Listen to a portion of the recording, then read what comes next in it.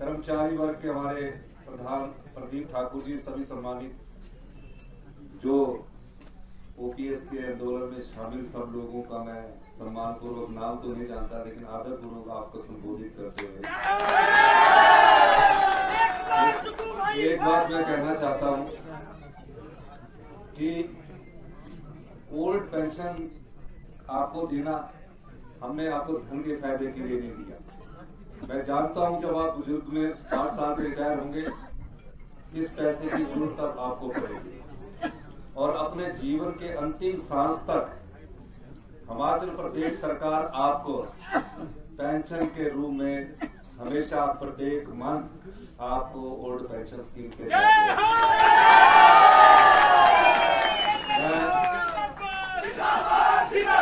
मैं विधायक था, पूर्व पार्टी का अध्यक्ष रहा था। जब मैं अर्की के चुनाव में गया तो एक मीडिया वाले ने मुझसे पूछा, वो मुझे लगते हैं कि उनके परिवार के लोग भी सरकारी कर्मचारी होंगे, जैसे मैं एक सरकारी कर्मचारी का आपकी तरह तो मैंने उनसे कहा कि हमारी सरकार आएगी।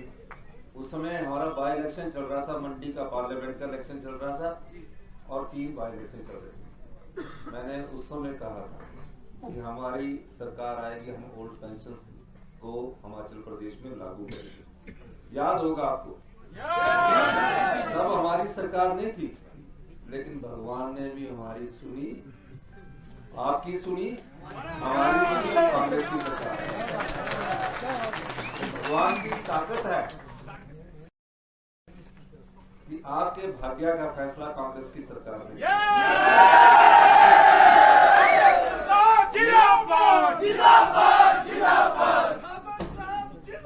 आज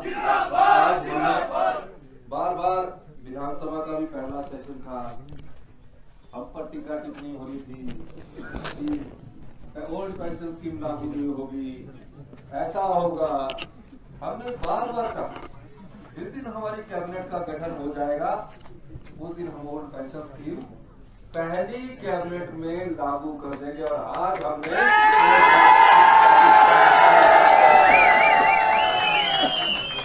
पहली कैबिनेट और कैसे लागू की। पहला जब मीटिंग हुई हमारी, मैं और मुख्यमंत्री मुकेश अग्निहोत्री जी बैठे हुए थे, देखा जो मंत्री अब बने हैं, उस समय ये विधायक थे, सबने एक देखा, कहा कि 9,000 करोड़ रुपया तो आपने डीए का देना है, इस साल डीए का 1,000 करोड़ सरकारी कर्मचारियों को देना है, टोटल 11,000 करोड़ की लायबिलिटीज है, 75,000 करोड़ का लोन है और ये जो 900 संस्थान भारतीय जनता पार्टी ने खोले उसके 5,000 करोड़ हो गए। हमें यही वो अधिकारी थे जो भारतीय जनता पार्टी के समय थे, जी बिल्कुल यही वो अधिकारी है,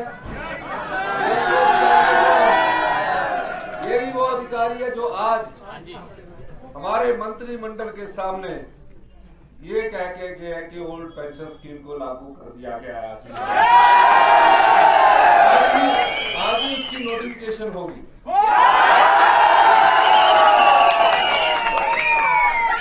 और कर्मचारी वर्ग को मैंने ये भी कहा है कि जो भी केसेस इनके 2 साल में बने हैं, जो भी हमारे कर्मचारी जिन्होंने अधिकारी जिन्होंने हिमाचल प्रदेश में विकास की गाथा लिखी है, चाहे शिक्षा संस्थानों में आने वाले हमारे जो शिक्षक है या किसी भी विभाग में है, आपने हिमाचल प्रदेश का विकास करना है। आप सरकार की विकास की रीढ़ की हड्डी है, आप मेहनती हैं। हमारे यहाँ जो काम करने का स्वभाव है, आप काम करते हैं और हम 60 साल की उम्र में आपके हाथ में 40-50 लाख रुपया दे दें तो आप क्या करेंगे? एक बड़ी गाड़ी खरीद लेंगे, घर बना लेंगे, बच्चे बोलेंगे कि ये आ जाए। होता ना घर में, बच्चों की जिद के आगे माँ बाप को थोड़ा झुकना पड़ता है। अब आपको ये होगा कि अब पैसा तो हमारे पास चाहे जितना मिला ग्रेचुटी काट के और कंप्यूट करवा के जितना मिलेगा, उसके बाद आपको होगा कि महीने में आपको हर हाल जब तक 80 साल 85 साल तक रहोगे तब तक आपको सरकार, कांग्रेस की सरकार ने आपको ये पेंशन दी है, ये तो आपको दी है। हम समाज के किसी वर्ग को वंचित नहीं रखना चाहते। मैं मुख्यमंत्री बनने के बाद बालिका आश्रम गया, बेटियों से मैंने सीखा, और आज मुझे ये भी खुशी है कि हमने सुख आश्रय कोष बनाया 100 करोड़ रुपए का, जिसमें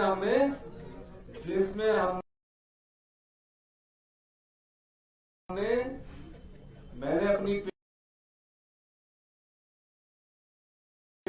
पूरी पे दी है। सभी एमएलओ ने कांग्रेस के 1-1 लाख रुपए दिया,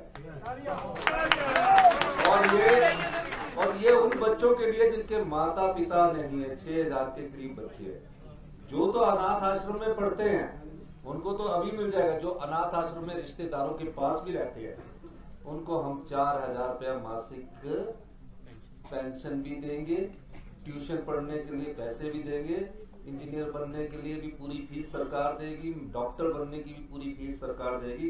आपकी भी जिम्मेवारी बनती है कि कोई बच्चा ऐसा अनाथ है तो उसको वेलफेयर डिपार्टमेंट में जाकर उसके नाम लिखाइए, उसके अकाउंट में पैसे हर महीने आएंगे।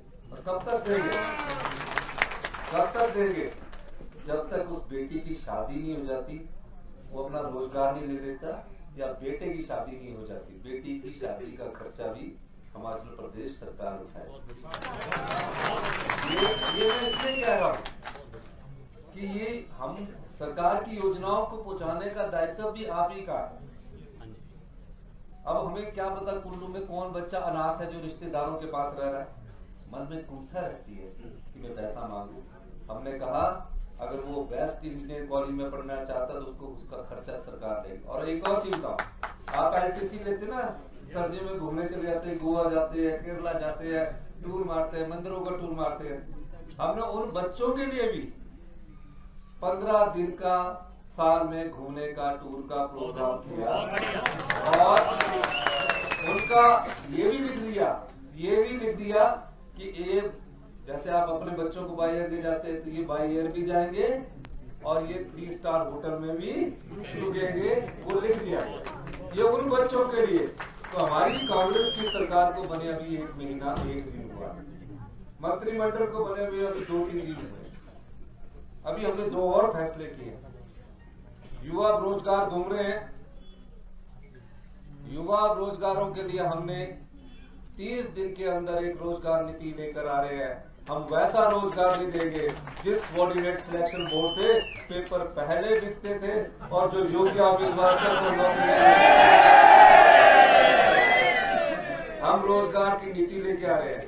और हमारा तीसरा वादा था कि 1500 रुपया हम अपनी माताओं को जो नौकरी नहीं लगे है ना, उनके लिए देंगे। उसके लिए भी हमने कभी बुलाया, वो हम अपनी प्रेस कॉन्फ्रेंस में करेंगे। आपने रैली का बोला है, आप मंडी में बड़ी रैली करिए, 7 सालों में करिए, पूरी गवर्नमेंट आपकी आएगी। आपको रैली की जिस दिन आप हो जाएगी करेंगे,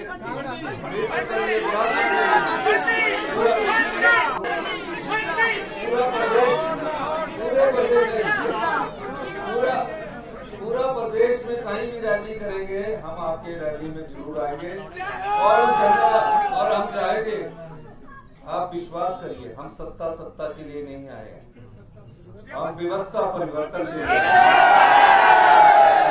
और उसमें आपका साथ चाहिए। हमें कुछ फैसले लेने पड़ेंगे, कुछ फैसले इस जो 5 साल में जो व्यवस्था में फैसले नहीं लिए गए, जिसके कारण हम लोगों को बहुत आर्थिक बोझ से दबना पड़ रहा है।